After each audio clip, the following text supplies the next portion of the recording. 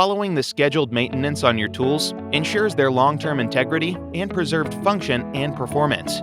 In this video, we'll show you how to set up service reminders for your items. We'll also show you how to find a list of your items that are in need of service. This way, you don't have to worry about whether your equipment has been properly maintained. From your inventory, select the item you wish to set up service reminders for. Click the arrow to open up your service date info.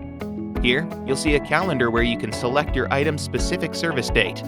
Now select Options in the upper right corner of the calendar. Set your recurring alerts for service. You can choose to be alerted never, monthly, quarterly, semi-annually, or annually.